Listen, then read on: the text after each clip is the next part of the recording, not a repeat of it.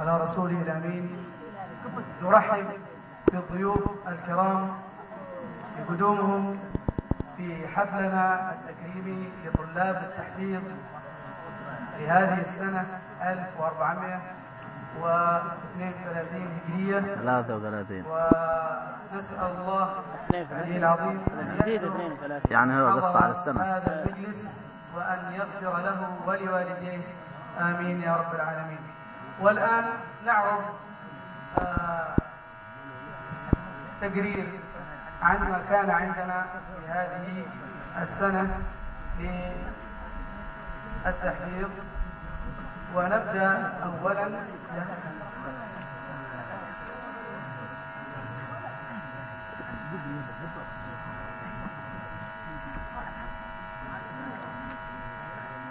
التقرير السنوية الشامل لحلقات التحفيظ للعام 1432. أولا عدد الحلقات. يضم مركز التحفيظ 7 حلقات، وهي مقسمة على 4 مستويات، والمستويات هي كالتالي: المستوى الأول يضم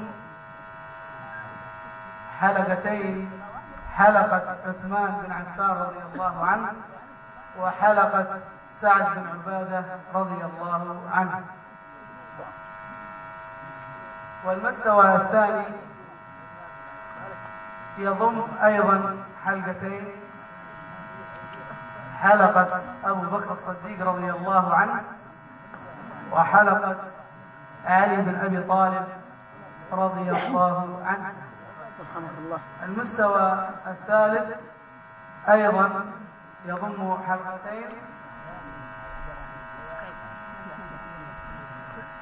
حلقة عمر بن الخطاب رضي الله عنه وحلقة خالد بن الوليد رضي الله عنه.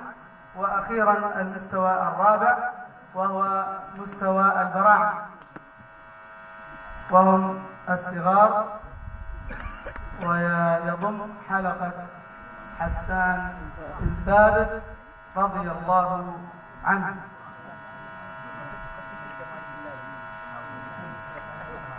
ثانيا نتكلم عن عدد الطلاب. عدد الطلاب كان في بداية العام 71 طالبا.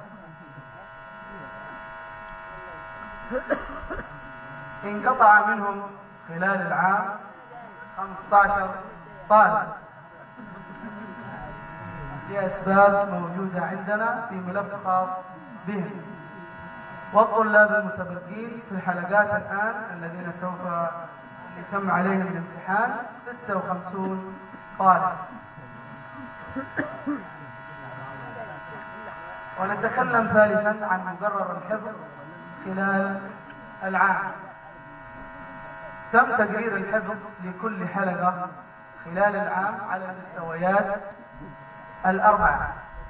المستوى وهو كالتالي، ونبدأ بالمستوى الأول، وكان مقرر الحفظ 9 أجزاء. والمستوى الثاني 4 أجزاء ونصف، والمستوى الثالث 3 أجزاء، والمستوى الرابع جزء واحد. رابعا نعرض نسبة مستويات الحلقات. تم إحصاء النسبة العامة لكل حلقة في نهاية العام، ونورد لكم نسبة كل حلقة وهي كالتالي: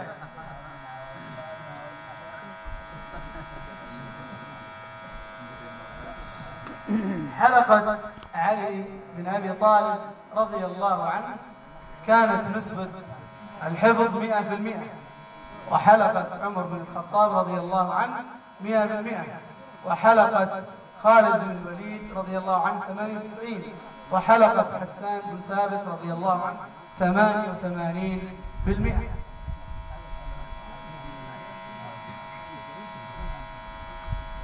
وحلقة عثمان بن عفان رضي الله عنه كانت نسبة الحفظ 84%، وحلقة أبو بكر الصديق 83%، وحلقة سعد بن عبادة رضي الله عنه 51. وسبب النسبة متدنية لأنه كان انقطاع لظروف خاصة بمعلم الحلقة. أما الآن نعرض النسبة العامة للتحفيظ كامل. جمعت جميع النسب للحلقات وقسمت على النسب كاملة، وطلع نسبة التحفيظ 86% لجميع المستويات في التحفيظ، وهي نسبة جيدة جدا.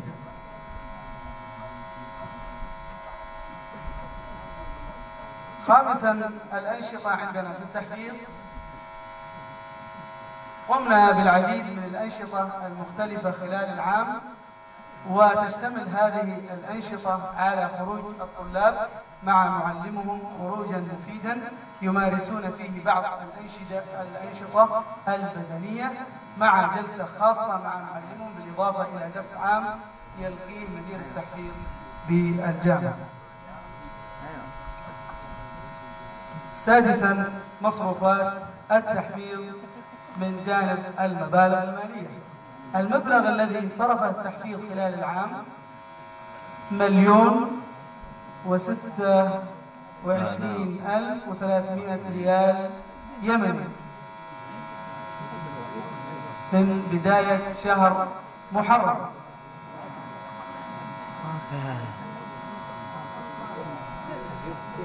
وهو على قسمين: قسم دفعه مركز التحفيظ بالجامع وهو 696,300 ريال يمني، وهو من أهل الخير الداعمين للتحفيظ جزاهم الله خيرا.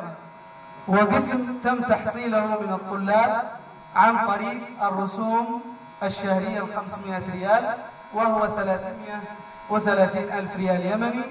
وكان المبلغ الذي يدفع التحفيظ 696,300، وهي من أشخاص لا يتجاوزون الأربعة، يعني معلومين، ليس من جهة أو حزب أو جمعية أو شيء، وإنما من أهل الخير في المنطقة، وجزاهم الله خيرا. ونسأل الله سبحانه وتعالى أن يجعل ذلك في ميزان حسناتهم إن شاء الله.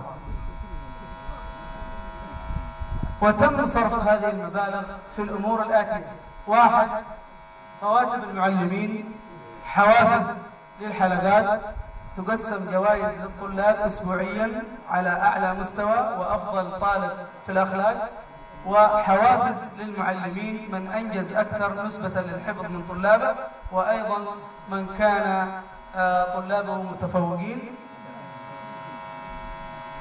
وأيضا تم الصرف في جوائز الطلاب التي كانت شهرية، أيضا توزع جوائز للطلاب المتقدم حفظا والأفضل حفظا، وأيضا صرفيات خاصة بالإدارة التحفيظ تصرف على الطلاب، وأيضا طبع شهادات ومستندات للتحفيظ، وجوائز لحفل التكريم الذي فعلناه في الفصل الدراسي الأول، والحفل اليوم. وهذا ما عندنا من نقدمه لكم كي تطلعوا على ما يعمل عندنا في مدرسة التحفيظ. ونسأل الله العلي العظيم أن يوفق الداعي